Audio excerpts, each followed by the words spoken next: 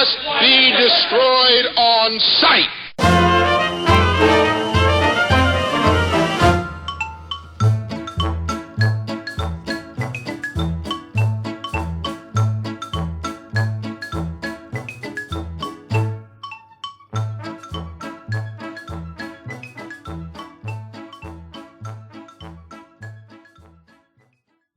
Welcome to another episode of They Must Be Destroyed on Sight. I'm your host, Lee Russell, joined by my friend, my co-host, the fantastically folliculed in the face, Daniel Harper.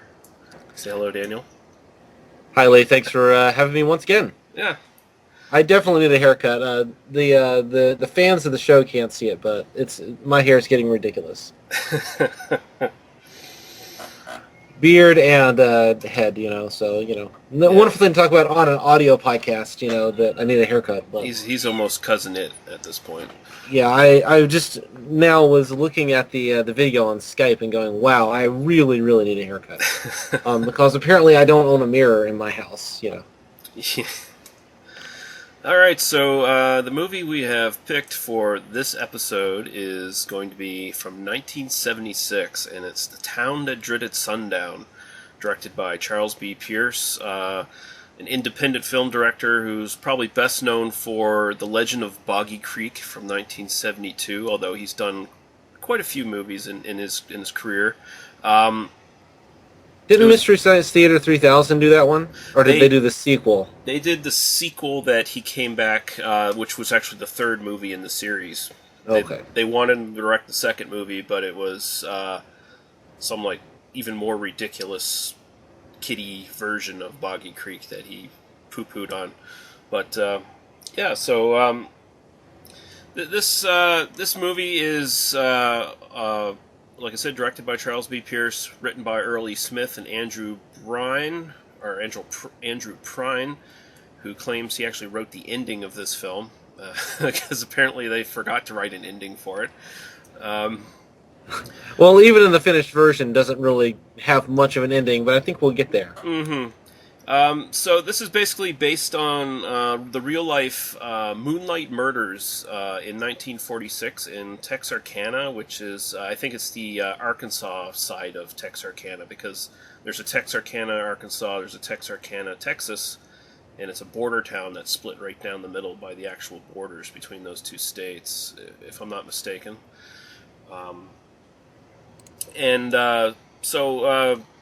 Basically, this follows a series of killings that baffle the police and their attempts to basically capture this killer. They bring in a famous Texas Ranger, here played by Ben Johnson. He plays Captain J.D. Morales, who is actually based on a real-life Texas Ranger known as Lone Wolf Gonzalez, who was actually... I think a Chuck Norris movie, I think, is actually based on him. Lone Wolf McQuade or something along those lines, I think. Ben Johnson himself, actually a fairly big name to get in a small independent film. You might remember him from all kinds of westerns, classic westerns like Shane, The Wild Bunch. He was in The Last Picture Show.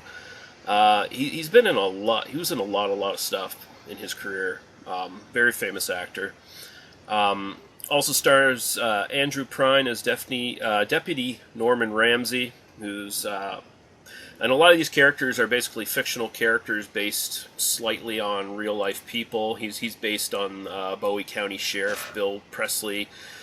This also stars in a sort of a supporting role Don Wells, who you might know is, I believe, is it Ginger or Mary Ann from Gilligan's Island? One or the other. I can't remember which one. But Mary Ann, according to the Wikipedia page. I'm not a Gilligan's Island. Yeah, I think you and I are just young enough that we didn't quite grow up with it on syndication the way that people 5 years older than us did. Yeah. And Bud Davis plays the killer, and he actually is a stuntman who went on to do a lot of work. He was actually, I believe, in Inglourious Bastards, I think was one of his recent credits. I know he's done stunts in a lot of recent pictures as well. He's been working steady, I guess. So, and also the director himself, Charles B. Pierce, stars as a patrolman, A.C. Benson, known as Sparkplug, and we'll definitely get into that, I believe. My favorite character in the film. So as I said, it's based on the Texarkana Moonlight Murders. The Phantom Killer, who was never caught. In fact, like sort of the tagline for this film, as it was premiering, was that he's still walking the streets. You know, one of those really great hooks to get young children to want to watch the film and to scare mothers. So yeah, anything you want to say on this so far, Daniel? You recommended that we do this film for the podcast, and I actually had not heard of this film, which is kind of one of those. It's hard to find a film that I literally had just never heard of. It's easy to find a film I haven't seen, but hard to find one that like has any kind of reputation at all. In fact, there was apparently a remake of this a couple of years ago that I didn't know anything about either. Mostly because I'm completely ignorant and you shouldn't actually have me on this podcast.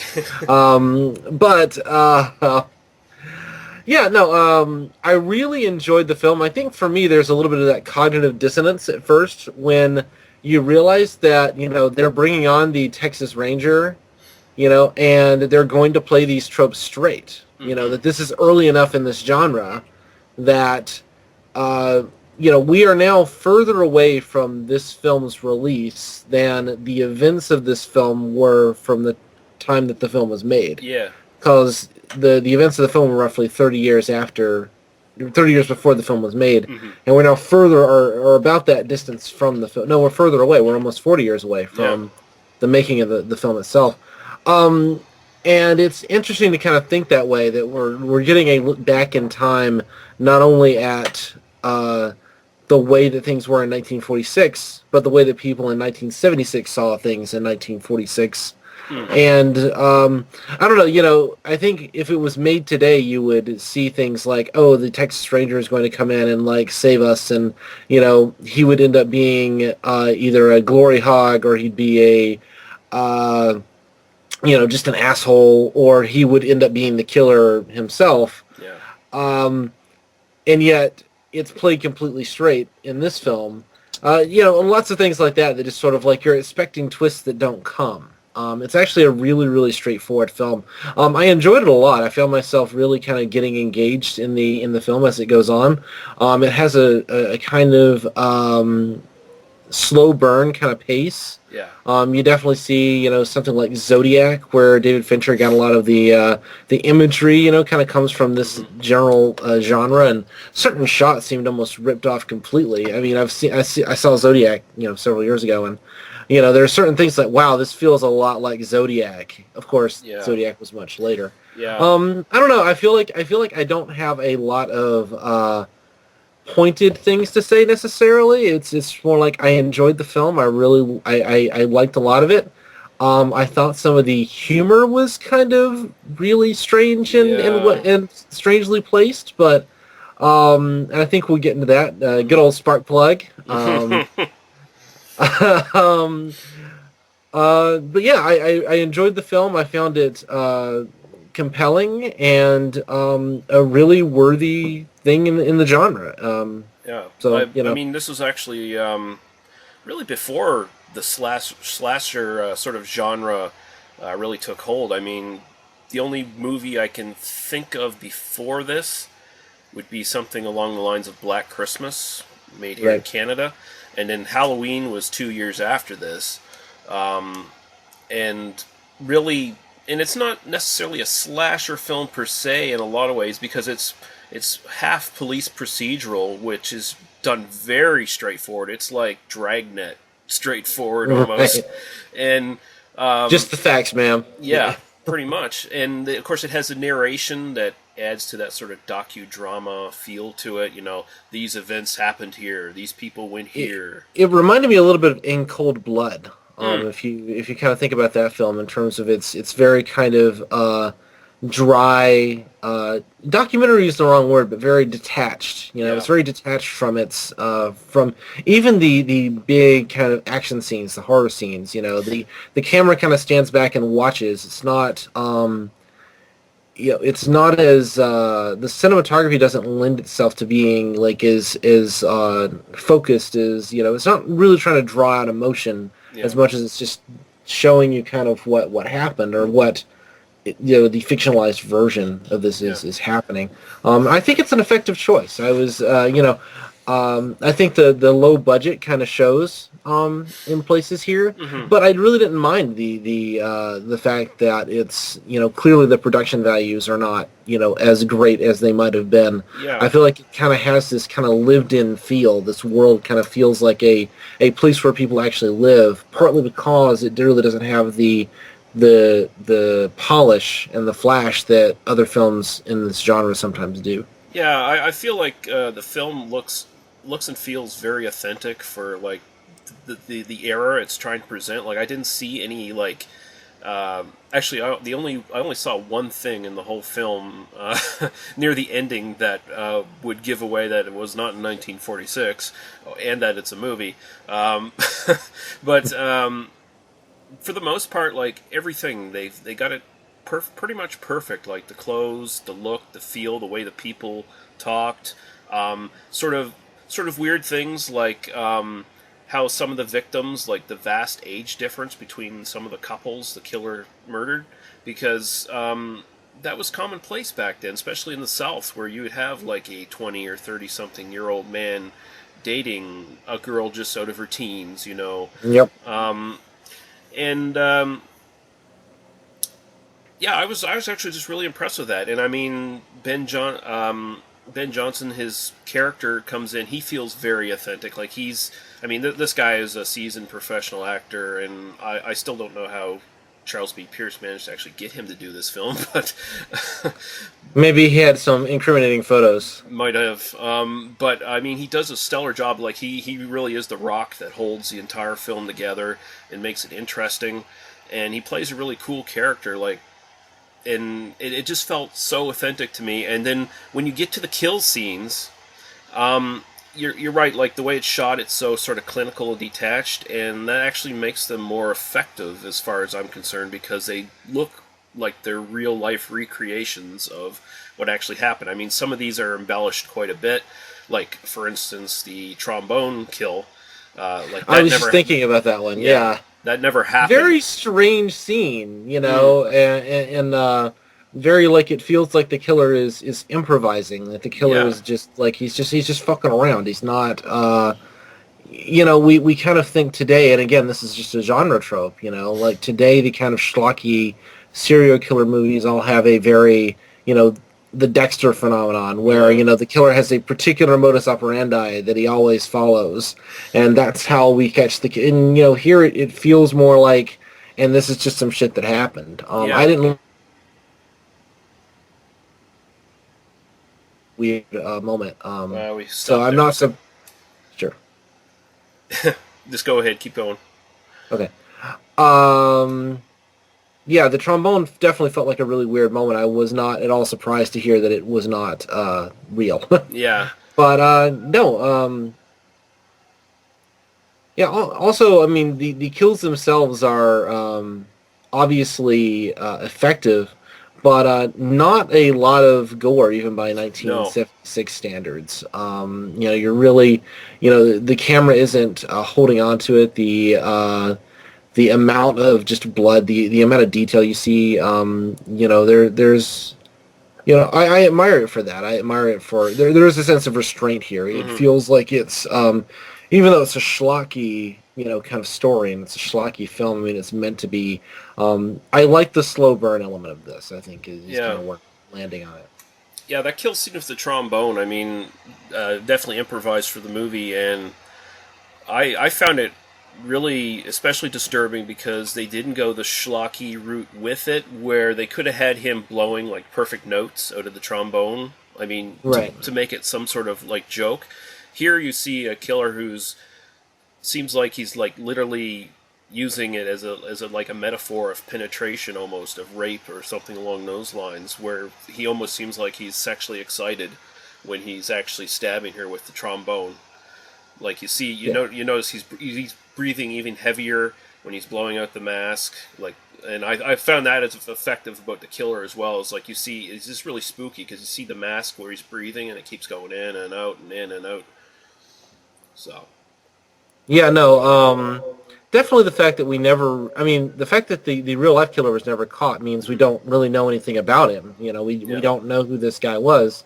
And I think the film plays with that idea by just giving us no idea about who this, we really don't have a backstory here. All we have is, this is what this guy does. And, we're kind of we task ourselves with putting together the pieces and building a motivation, and yet, if this is all you have, there really is no way of building a motivation it's just, and that was just a bunch of shit he did. Yeah. Really, again, really effective. I won't say surprised, but I was definitely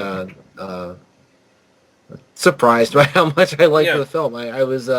I definitely enjoyed it. It was definitely not the film I thought it was going to be, honestly. Yeah. And I think that docudrama, kind of In Cold Blood-esque, kind of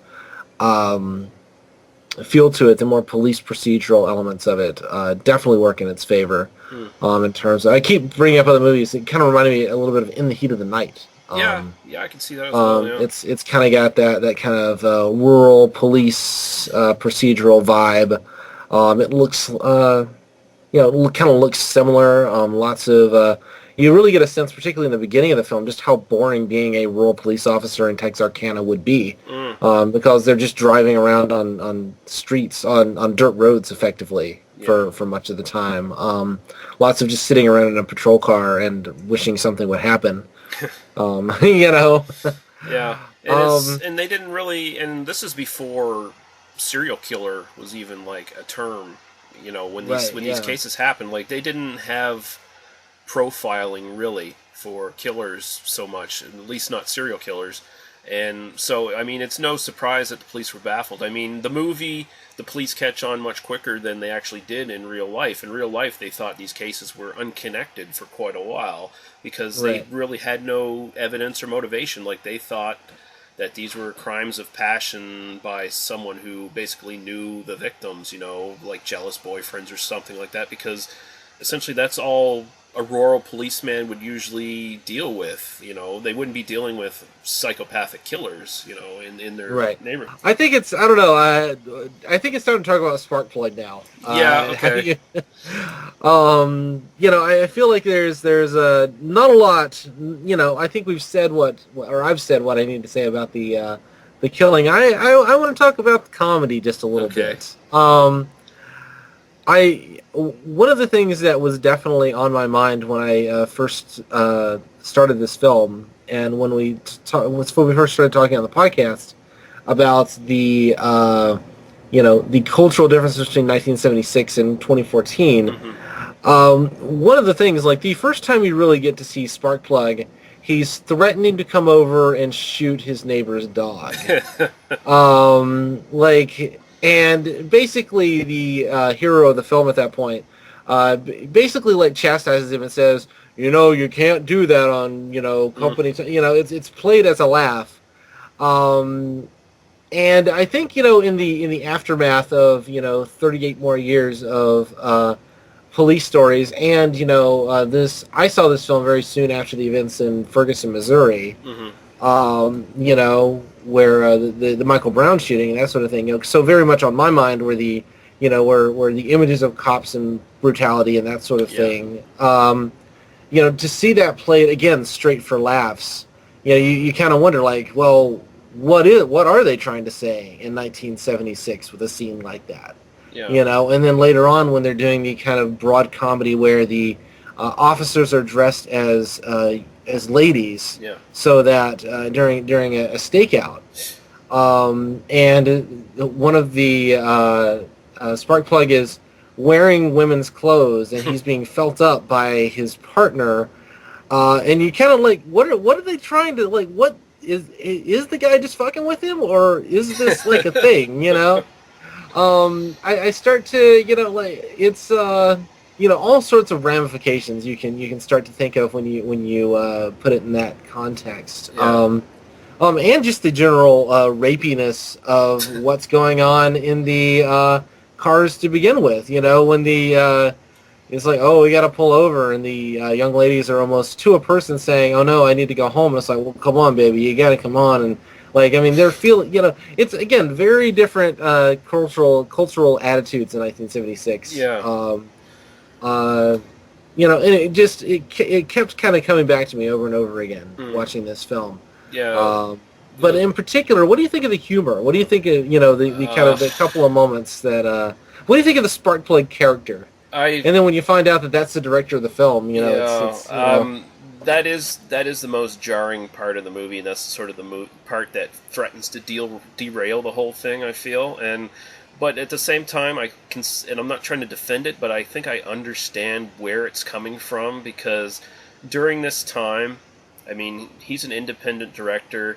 He's trying to essentially sell his wares mostly through drive-ins and movie theaters by himself in the southern states. Like, that's going to be his marketing area, and I think that sort of comedy still played very well back then for that sort of audience, right? So I think that's mostly what he had in mind when he was doing that. I mean, it was a totally bad choice. I mean, for all the really awesome stuff he's done with this movie, because I think this is probably his most accomplished work, and I've seen a bunch of his films, but that was just a really big blunder of a choice, I think, and those parts are kind of hard to sit through. Like, the only real comedy I like is, like, every once in a while you get like a wry smile or a remark from Ben Johnson's character, but he plays it so straight that the comedy feels, it's just a little bit of a laugh, a little bit more organic, and it's not distracting from the actual plot of the film, so. Right. No, I didn't mind the comedy so much. I just kind of went with it. I mean, I kind of see it as, this is a populist film. This is not an art house movie. This is playing to the cheap seats, and plenty of if you bring them in, you give them the schlocky horror. You got 3 or 4 kind of big set pieces with that, and then you got to fill up time other ways. Yeah. And giving us a broad laugh in the middle of the film as a Dukes of Hazzard style car chase.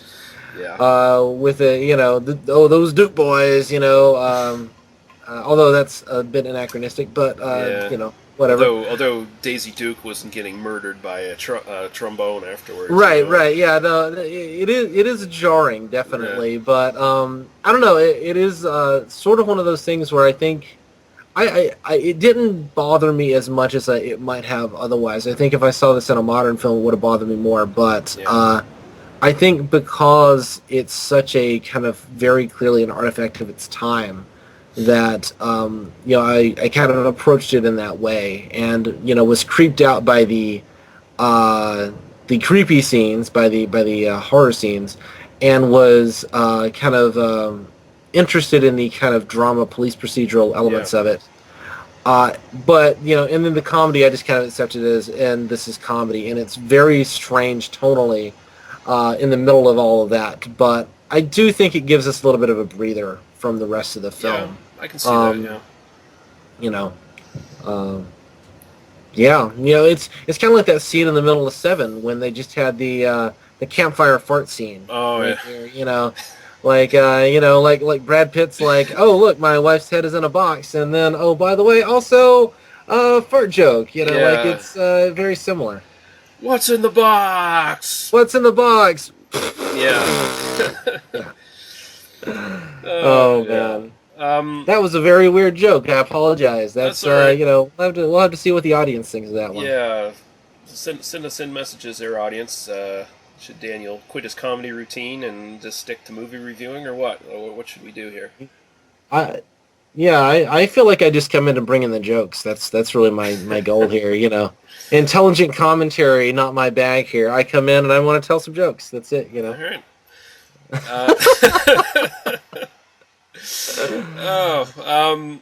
And I thought generally the acting was pretty good across the board. I mean, even Charles B. Pierce doing his comedy bit, I mean, he did a good job for what he was doing. And Oh yeah. I mean, if you're gonna do the kind of broad comedy, sell it, and I think he does. I mean, I was again, not to bring up another film, but when you talk about a director who's in his own films doing the broad comedy, you can't not.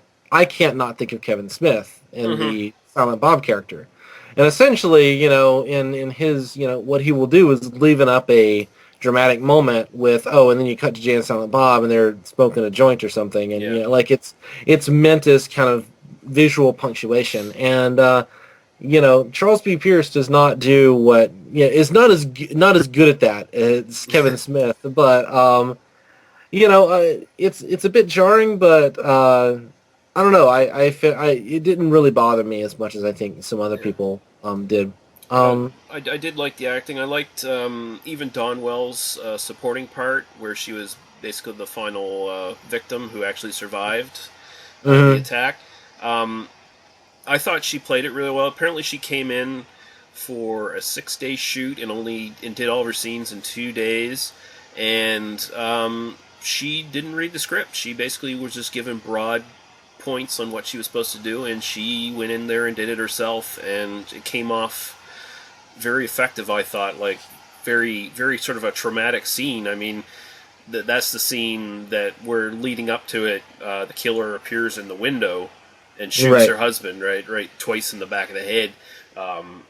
And by the way, I mean, if some people watching this go, how in the hell did he just not blow his head off? He was using like a .22 caliber pistol, so the idea of getting shot multiple times in the head and even not dying is not far-fetched at all. So, and it kind of makes it more brutal, really. And he shoots her 2 or 3 times. A surprising number of people who try to kill themselves with a pistol actually fail at it. Yeah. It's actually one of those things where it helps to know a little bit of neurology before you shoot yourself in the head. Just a little word of advice. I was listening to a podcast by a neurologist who was talking about, and then just as an aside is like, lots of people try to kill themselves and actually don't shoot themselves in the right place. Like, people don't know where their actual brain is and don't aim appropriately. So it actually is very common that people have to shoot themselves twice in the head to actually kill themselves. That's a fun fact for all the kids out there. yeah. Go take that with you when you go to sleep tonight, that, I'm just saying, for all of the listeners out there, if you're going to try to shoot yourself, first of all, don't. We don't encourage, I don't encourage suicide. Anything else you want to say on the acting, or? Oh, yes. Jeez, I'm such a terrible podcast co-host today. That's all right. No, I actually like the performances. They are kind of understated in that kind of 70s way. Dawn Wells does a great job. I really thought that sequence was really effective. Yeah. It's hard for me to kind of think of like a single standout performance. Probably. The Texas Ranger would probably be the only one that really kind of stands out as an individual. Although the co-lead, and I'm sorry, I'm terrible at remembering Andrew the names. Prine. The blonde-headed fellow. Deputy Norman Ramsey. Yes. Sorry, it actually has been a couple of weeks since I saw the film as well, right. so I apologize for my memory of the details. We've been trying to record this episode for about 3 weeks now, I think. So, we're playing catch-up here a bit.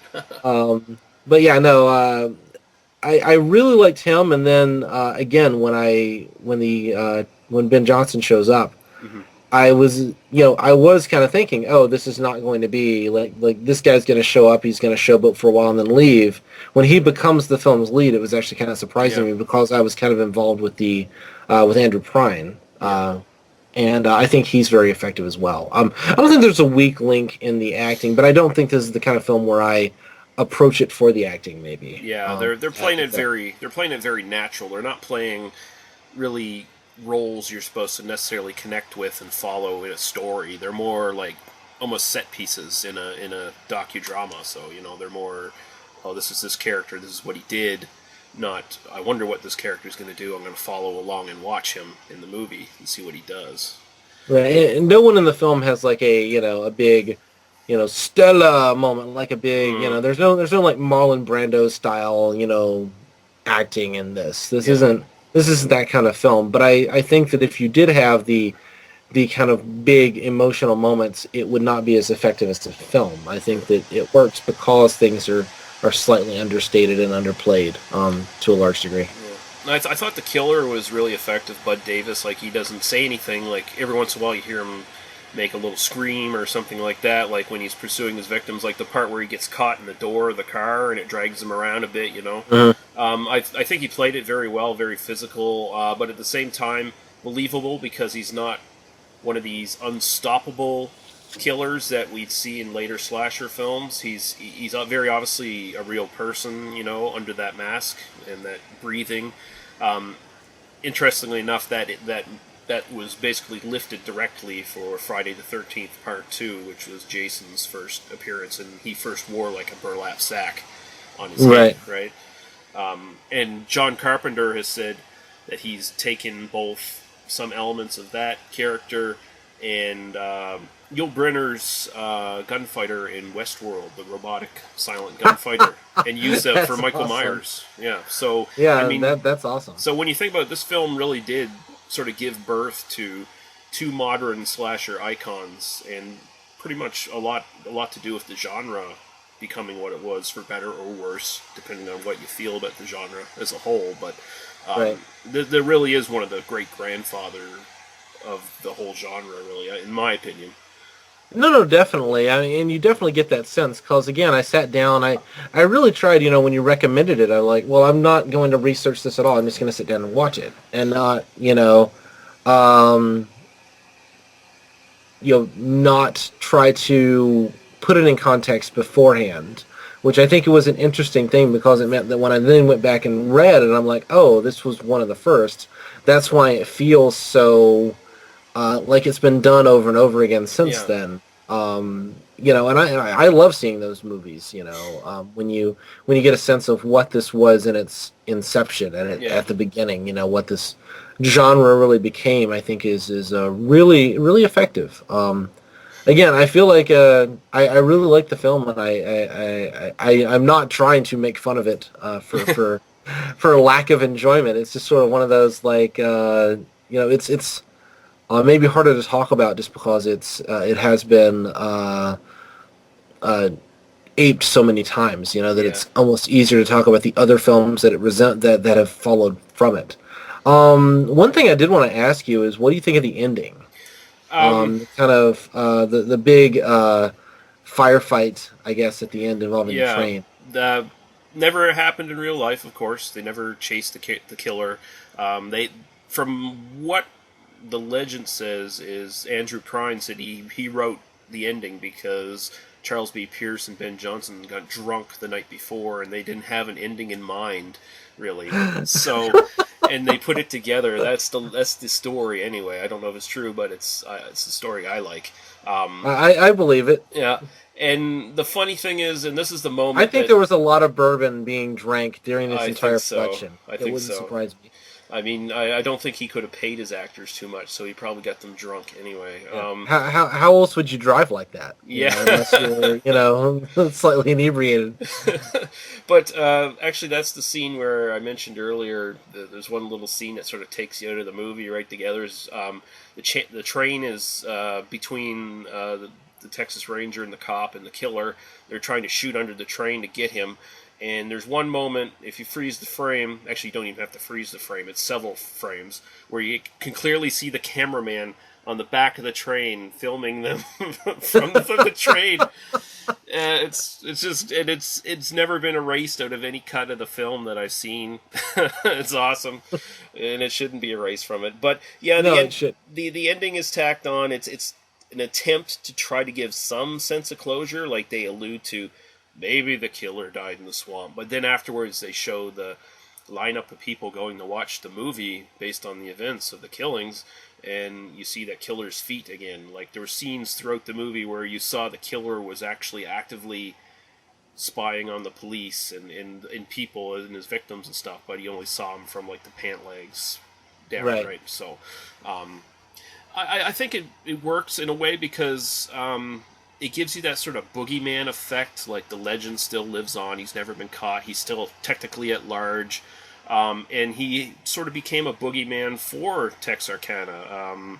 That's something that sort of ran deep in that community for quite a long time. I mean, they still show the movie every November and October of every year, I think, for like all the weeks in a row for those 2 months. I guess they show it. And that's actually sort of what the sequel is based upon as well. The sequel is sort of a meta, or the remake, I guess, is sort of a meta remake where the events happened, this movie happened, and now there's some sort of connection in real life in that movie where the killer shows up again, supposedly, and starts killing people. So they should do another remake in a few years where it's built around the fact that the second movie existed. And there are killings based on, where the second movie existed and nobody watched it, from what I hear. Yeah. But I agree. I really like this film. I love it quite a bit. I do have a little bit more problems with the comedy than you do, but I mean, I overlook it because there's just so much really good, effective stuff, and I don't think Charles B. Pierce made a better film than this. Boggy Creek is close, but this one I think is just more accomplished. I mean, for as cheap as it is, I think it looks really great, and it's competently directed, so I can't fault it at all. Yeah, and it's streaming on Netflix streaming service now, so you can watch the way I did.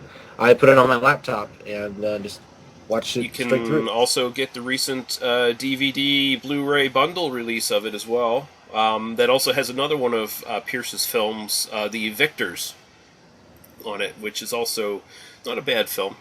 It's not as good as this one, but it's not a bad film. And it stars, what's his name? Quentin Tarantino uses him all the time in his films. The Texas Ranger. Oh, Bo something. Damn it, I should have wrote that down. No, not Bo Severson or whatever. The other guy who plays the Texas Ranger in almost all of his films since From Dusk Till Dawn. Yeah, this is not going to make it into the. Yeah, what we do is you say it, and then you just cut it. We're just like, oh yeah, I knew that off the top of my head. Yeah. It's not Bose Vincent. It's Michael Parks. Michael Parks. Yes. Yes. Yeah. So yeah, I'm gonna listen to this episode to see how much that was actually in. I'm gonna debate how much I'm gonna leave in. I might leave it all in just for the fuck of it, because it's only basically a half-hour episode anyway. So what the hell? So yeah, I guess we both like the film. We both definitely recommend it. It's well worth seeking, especially if you're a fan of slasher movies and sort of crime procedurals, because this is sort of like an early form of both of those that are, very prevalent now in film everywhere and TV. So, Daniel, would you like to plug whatever you want to plug? Yeah, if you like listening to me meander aimlessly, you can check out my Doctor Who podcast at oispaceman. That's oispaceman.libsyn.com, and I do that one with my wife. And so, slightly less sexual tension on that podcast than on this one. So just be aware of that. She keeps you restrained much better. Yes. But yeah, no, check me out there. You can find me on Twitter at Daniel E. Harper, and I'm kind of on that here and there. So if you do want to follow me and see what else I'm up to in my life, you can do it that way. All right, and you can find me, Lee Russell, if you want to email questions, comments, hate mail, whatever, hoagley@gmail.com. You can look for me at Hoagley Reviews on Twitter. You're probably watching this on YouTube right now because I still haven't set up the podcast hosting service, so just click my name and you go right to my channel and see all my beer and booze reviews that will also probably irritate you or bore you or whatever. But until then, we're going to go out with our usual thing, where we pick a piece of music from either a related movie or the movie soundtrack itself. And the only thing I could really think of, I didn't get very creative. I just picked the ending credits song to The Town That Dreaded Sundown. So we're going to leave with that. Thank you, Daniel, and we'll see you guys later. Thanks for having me. Cheers.